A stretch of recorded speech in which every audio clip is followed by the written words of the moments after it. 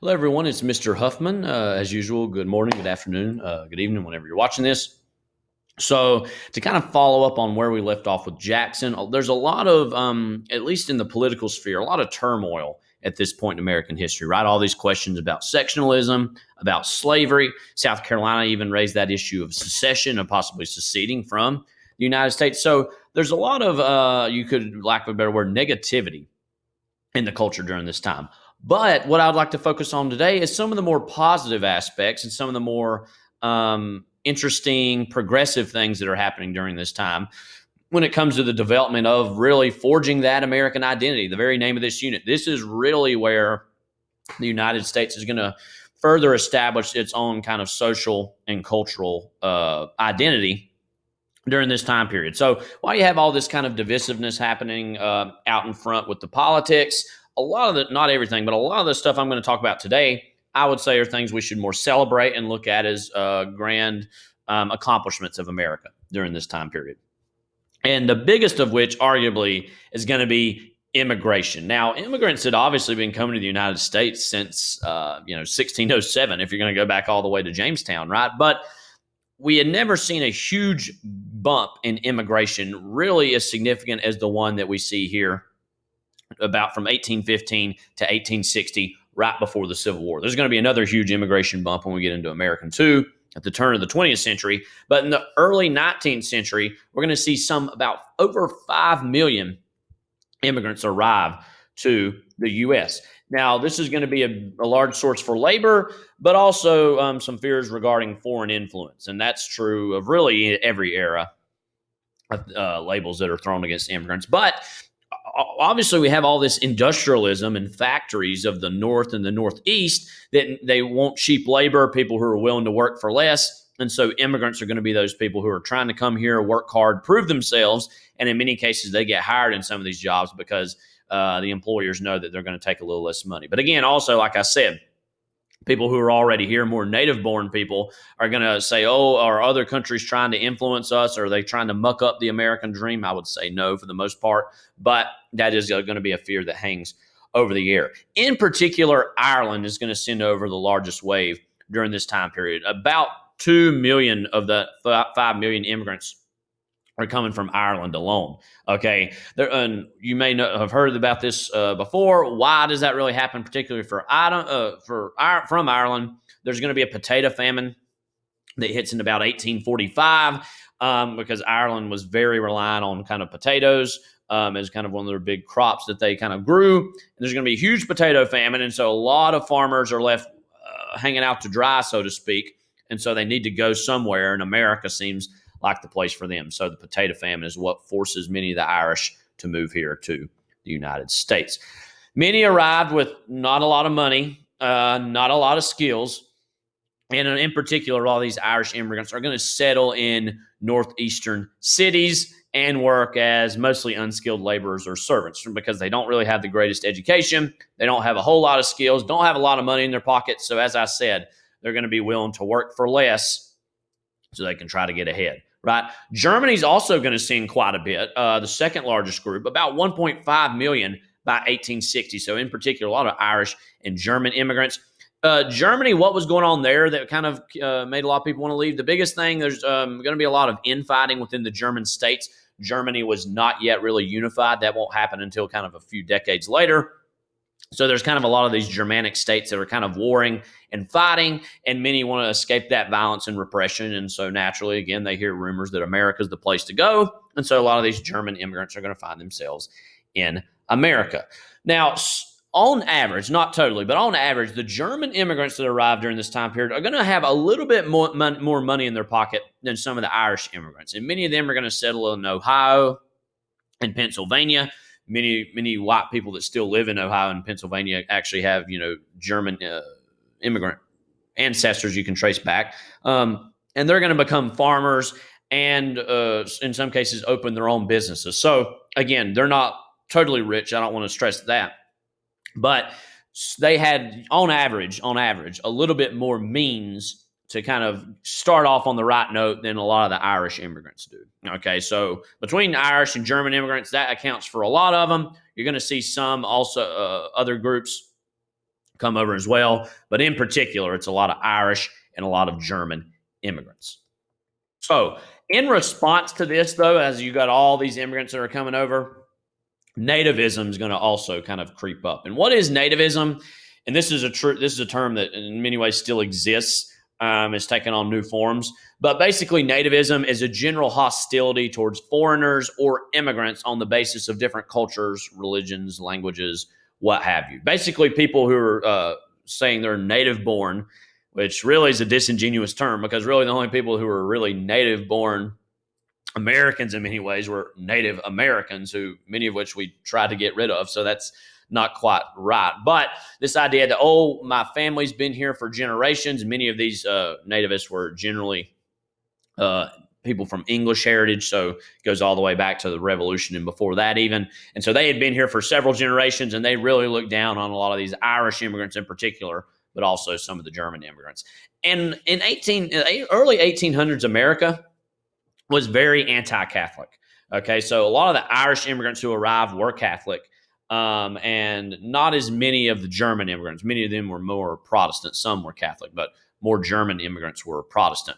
And so in America during this time, Protestantism was really still the ruling the day. And Protestant ministers in particular are going to preach a lot of sermons against Catholicism, against the Pope, saying the Pope is trying to interfere in American affairs by sending over Catholics, which is totally fabricated, not true at all. Okay, it's kind of a conspiracy theory of its day. And oftentimes, unfortunately, riots and violence against many of these new immigrants were very common. And so, again, these nativists were mostly Protestant, resented the Catholics who were coming over, which, again, was mostly going to be French, no, not well, some French, but Irish. Okay, Irish is really the ones that are more Catholic. Some French were Catholic too, and the Supreme Order, the Star Spangled Banner, they're going to be a group that pops up, and they're going to be kind of this nativist group that's pledging we're never going to vote for any Catholics for office, and they're going to be especially advocating for anti-immigration laws. I know my face is kind of blocking this right here, but in 1854. The Supreme Order, the Star Spangled Banner, and some other groups that are similarly nativist are going to form the American Party. Now, this American Party isn't going to get a candidate elected to the White House.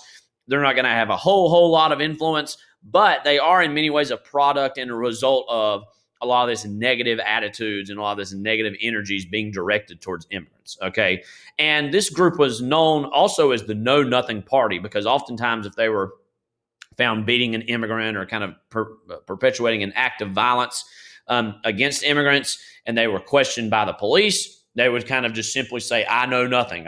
We'll just kind of deny all involvement. And so they're going to be known as the Know Nothing Party. Okay, again, they don't have a lot of people elected to Congress. They don't have a lot of people, anybody that really becomes president from this party, but they are going to be stronger at the kind of local or maybe even state levels that are maybe running state legislatures and running things on the kind of smaller level. Okay, so that is going to be unfortunate for immigrants, and so a lot of this racism and ethnocentrism going to be directed towards them.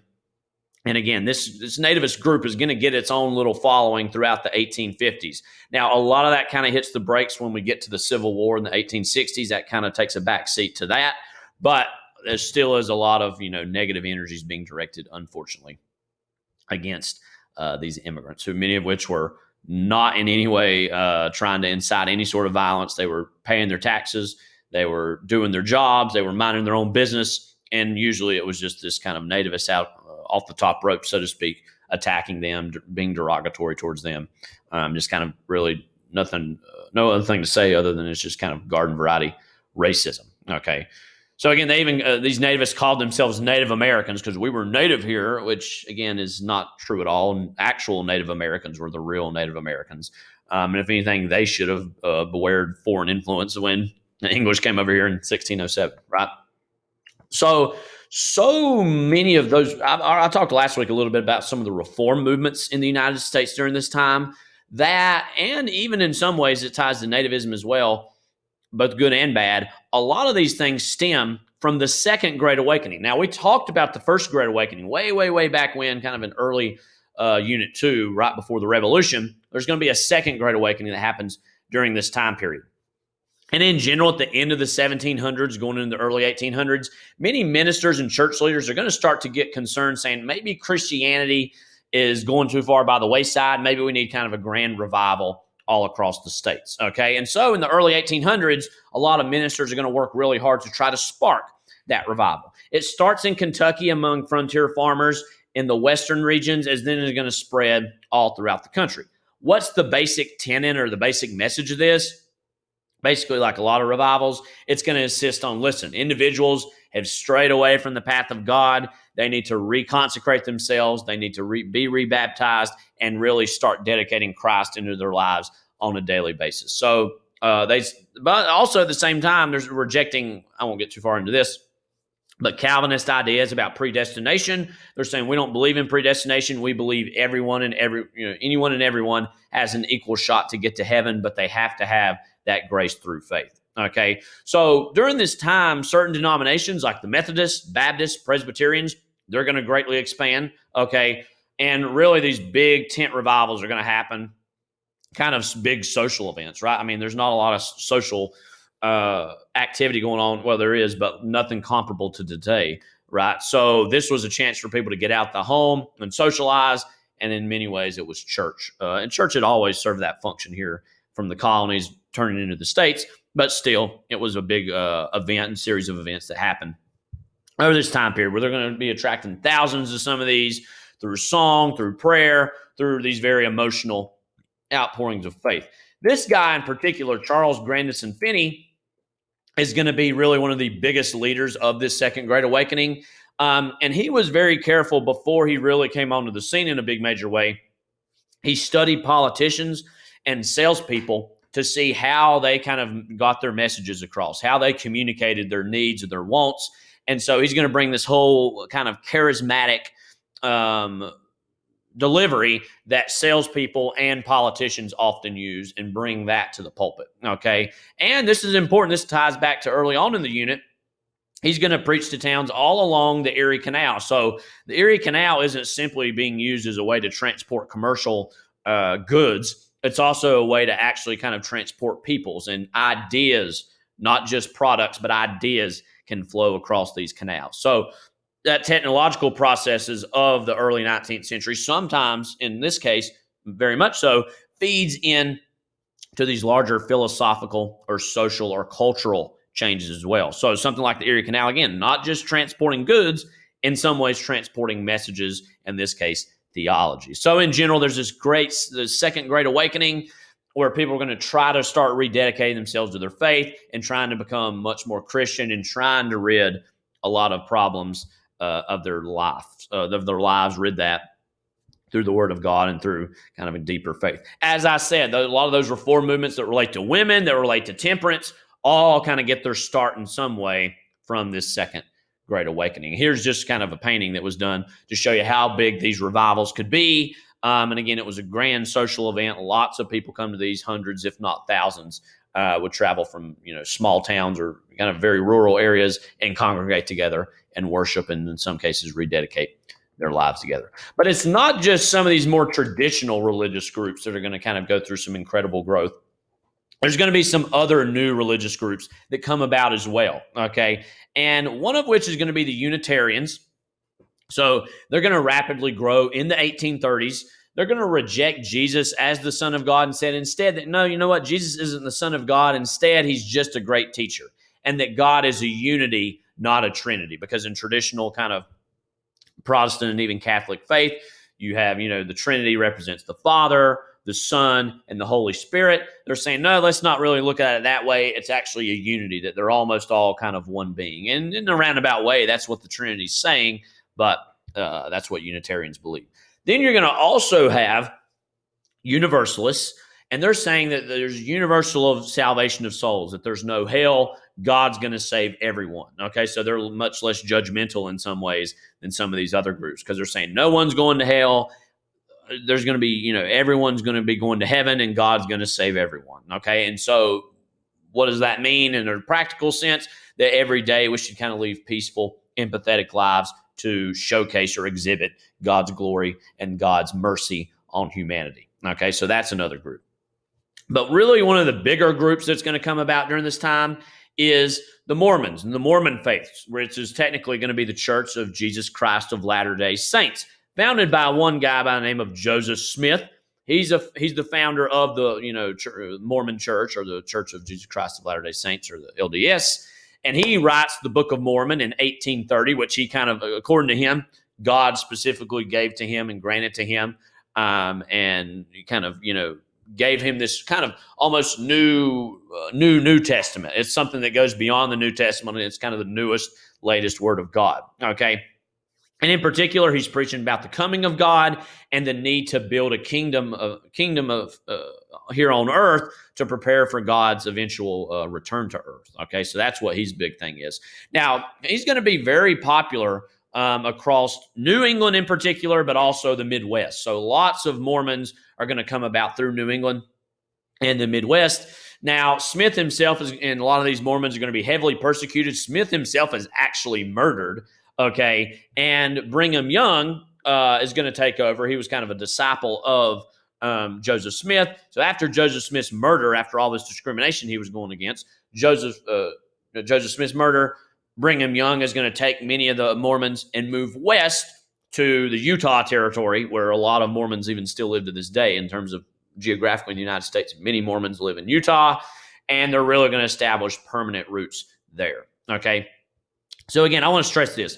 Most of the religious awakening that's going on is mostly still expanding those traditional churches, like I said, that we already know, like Baptist churches, Methodist churches, Presbyterian churches, what are seen as a little bit more mainstream. But even in the midst of all that, you're still getting these Unitarians, Universalists, and Mormons who are, basically functionally Christian, but have a little bit of a more different view of things than traditional Protestant faith. Okay, so you're having a lot of different groups pop up as a result of all that. But it's not just totally religious groups. There's also going to be an outgrowth of what we would call now utopian societies that kind of are breaking away and trying to create their own little community that's breaking away or just trying to be different from kind of the traditional mainstream, not just faith, but general society as well.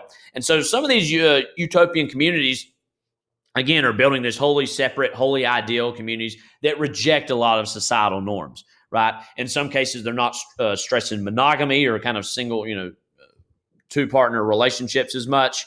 They're saying, in some cases, let's live more cooperatively, and let's not really subscribe to the whole idea of private property, which for the longest time had been one of the biggest tenets of kind of white civilization here in the Americas, right? That was something that really separated us from the Native Americans, that you can own land. Native Americans really rejected that notion. No, you can't really own land. The land is not owned by anyone. It's shared by the community. And in some ways now you're going to have some of these white people who are subscribing to this kind of subscribe to that Native American ideology almost, that no, we're going to live cooperatively. No one can own property. Okay, so that's a big part of these utopian societies. There's going to be a series of big ones. One of the biggest ones is going to be Brook Farm. It's the most famous one in Massachusetts. So kind of in the New England areas, where going all the way back to, the days of the First Great Awakening, and New England being the most religious part of the country, that still in some ways is translating to this moment, several, 100 or 200 years later. And so Brook Farm is going to be the most famous utopian community in Massachusetts. Juanita community is also going to be another one that's religious and more religious in upstate New York. Brook Farm was not as religious. It was kind of more not totally rejecting religion, but saying we don't need to force our religion on everybody. But the Juanita community, again, in upstate New York, going to be a little bit more religious. There's also a group I'm not going to spend too much time on, but known as the Shakers. And they're this religious group that also was trying to establish its own utopian community. And what's interesting about them is that they call them Shakers for a reason, that they're actually quite literally kind of shaking and doing these ritualistic dances performed by its members. Now, they're going to technically start in the 1780s, so not right at the end of the revolution, and they're only going to peak at 6,000 members. Okay, so they never really gain any kind of large following. Another thing about the Shakers, they didn't believe in the concept of marriage or even having children which is naturally going to be a problem when it comes to making new converts, right? Because you're not people aren't really marrying into this or having children as a result of this. So they're kind of going to be this thing for a little bit that's kind of, we look back on now and almost laugh just because of their kind of physical gyrations and whatnot. But overall, they're not going to be all that impactful. They don't have a lot of members. And so as a result, they're going to kind of break away and kind of become just another bullet point in my PowerPoint. They're mostly forgotten about, but some people still at least talk about them in the sense that all these utopian communities that are popping up and are kind of creating their own religious identities as a result. So there's also going to be a series of cultural renaissances as well. So it's not just about religion. Spiritualism in general is a more abstract term or abstract way of thinking is also going to come about during this time. And then Romanticism in particular is going to kind of be, in its own way, a philosophical movement, but also quite literally a literary movement. So it kind of, Romanticism in general is going to have really wide-ranging consequences. And again, this, like a lot of philosophy stuff, begins in Europe in the late 1700s. What is Romanticism in general? Basically, it's advocating feeling over reason. Now, remember that whole age of, and this in some ways is a reaction to the Age of Enlightenment. And remember with that, where it was like, oh, we should be very reasonable and very logical and not try to force reason over logic, or force, feeling over reason, I should say. This in some ways is a reaction to that. So no, you know what? We need to care more about how we feel, not as much about how we think. Okay, so again, Romanticism in many ways is kind of going backwards, if you want to look at it, or forwards, depending on how you want to look at it, from the Age of Enlightenment. Okay, so we need to care more about how we feel than how we think. Okay, so inner spirituality is more important than all these external, physical, real world rules. Okay, also this is stressing the individual above society, that the needs and wants of the individual should trump whatever the society is trying to force on the individual. And in general, this is going to stress we need to care more about nature than man-made environments. Okay, so let's not worry so much about the cities and urban life. We're getting too much caught up in that. Let's care more about nature and care more about, and it's, I would say, God and God's creation, but they're not all purely religious in a sense. In some ways, they're just more abstract or even atheist or agnostic, but even sometimes religious. It just depends. But in general, it's the sense that we need to move away from all the craziness of urban life and take a more serene approach. Okay, Nathaniel Hawthorne, he's going to be one of the most famous authors of this kind of romantic style. He himself lived at Brook Farm, so he was part of that utopian community for some time, and he quite famously wrote the book The Scarlet Letter in 1850, which you may or may not have heard or read about in your English classes. Similar to that, there's going to be this idea of transcendentalism, okay, another philosophical movement, which is very similar but also has some differences. Similarly, as some other things I've said, it's going to start with a lot of New England writers and philosophers, and it's basically similar to Romanticism, urging people that we need to transcend the contraptions and the limits that we place on our own mind and society places on them. We need to break away from these kind of being trapped within society, and kind of we need to come out of that and have a much more refined philosophy. Okay. And it's saying that lets their souls reach out towards the beauty of nature, which again, like Romanticism, saying we need to care more about nature than we need to care about all the things that society is trying to force down our throats and make us care about. Okay. Some other prominent kind of authors of this movement: Ralph Waldo Emerson, Henry David Thoreau, those are two of the biggest ones, and also Margaret Fuller and some other prominent authors as well. So in general, both Romanticism and Transcendentalism are saying, hey, we need to get back to our roots. We need to get back to nature. We need to kind of reject all this runaway industrialism that's making us care more about things, more about stuff, more about things that can more divide us instead of things that can maybe unite us. So again, these strains of philosophy are naturally going to have, implications when it comes to women's reforms, but even abolition a little bit later on. In general, American literature is going to be really going through a golden age during this time period. Some of the greatest works in American literature are going to be released in this early 19th century period. Washington Irving, Legend of Sleepy Hollow, the Headless Horseman, you've heard or read of that at some point or seen a version of it. That's going to be published in 1819, and Washington Irving is really going to be the first internationally prominent author really coming from the Americas. So before that, British and maybe French authors were really well known, but Washington Irving shows no, even an American can be kind of well known around the world, okay? Also, James Fenimore Cooper, who some of us watched Last of the Mohicans in class, remember him, and he in particular is going to write about the Revolutionary period, and especially is going to romanticize Native Americans and the frontier lifestyle. So that's going to be very prominent as well. Herman Melville is going to write arguably one of the most famous books in American history, Moby Dick, which is kind of about one man's quest and madness in trying to kill a whale. That's published in 1851, wildly popular even still to this very day. Actually, I still haven't read it. I'm hoping to read it maybe sometime next summer, but that's enough about my reading habits. Edgar Allan Poe, he's going to be a poet and short story writer and write a lot of tales of mystery, suspense, horror. He's still very well known. Walt Whitman is really going to be one of the most prominent poets of this era, and he's going to publish a kind of a short story collection, or not short stories, but poetry collection known as Leaves of Grass, which I've read some of and is really beautiful stuff. And in particular, he's going to be really kind of influenced by some of that transcendentalism and romanticism, where his big themes are nature, common people, American democracy. Also, very famously, he wrote the poem, "Oh Captain, My Captain," some years later. That's kind of about a metaphor in a lot of ways for the unfortunate death of Abraham Lincoln. Beautiful poem. I did have to memorize it back in middle school. I won't try to butcher it now, but just read it. I would recommend it. Great poem. Maybe you did too. I don't know.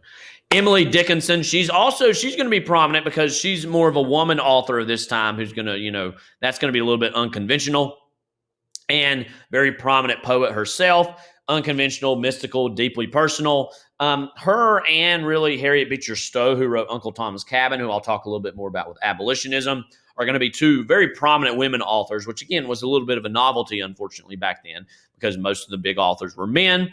But Emily Dickinson was kind of pretty well known, as was Harriet Beecher Stowe. So in general, as I said, this is really a golden age and a golden time in American literature that we're still kind of obsessed with going back in, because in a lot of ways they're very valuable because they create a snapshot and a portrait of that time period. Okay, there's Emily Dickinson there. Finally, I would say one of the most significant aspects of this time period is going to really revolve around the concept of literacy itself. And in the early 1800s, there's going to be a rise of mass distribution of newspapers, meaning that there's going to be more and more newspapers across the country. And before that, when there were fewer newspapers, they mostly only catered to the well-educated, those who were in power, or those of an upper middle class or upper class background. But now, since there's more newspapers around, once a week, 6 whole cents, that was, going to be a big change. Okay. And since that happens, there's going to be literacy is going to improve, where you're going to have more people learn to read thanks to newspapers. And so newspapers are going to be foundational into boosting those literacy rates. And also, suffrage is going to lead to newspapers being more tailored to the average citizen. So as I talked about with Jackson, in the 1820s and 1830s, more people are learning, are now able to vote. They got to be informed somehow. And so newspapers are going to grow because more people are able to vote. It means they got to be more aware of the issues. And in general, people are becoming more literate and more understanding of some of these local, state, but even national issues as well. But also newspapers are going to start to be geared more towards the average citizen and the public and what they care about. What do they care about? Kind of fire, crimes, marriages, gossip, politics, local news, all this stuff that, that you've maybe heard the saying, if it bleeds, it leads, okay, in the sense of if it's kind of sensationalist in some way, people are going to be more willing to read it. And so in general, you're going to start to see a rise in that with the penny press, with more affordable newspapers that in general are great because they allow more people to read and understand the issues. Okay, these are actually some ads, funny enough, from that general time period, which is kind of pretty funny. Hygienic vacuum bald cap that lets you not be bald, right? Hilarious, right? Also, in general, you're going to start to see some more specialized magazines that are going to focus more on kind of specific demographics, whether it be for women, whether it be for people interested in politics, whether it be people interested in abolitionism, whether it be people interested in nativism. So, in general, you're going to start to see a lot more nationalized magazines and newspapers that are more tailored towards citizens and their interests. So in general, this is all a great thing, right? Because more and more people are learning to read, but at the same time, people are more often interested in kind of gossipy, sensationalist stuff than in maybe more substantive national issues. And that's not all that different from what the reality is today. Okay. So that's going to do it for today. This is Mr. Huffman signing off. If you have any questions, please reach out to me, ask, and talk to you soon. Take care.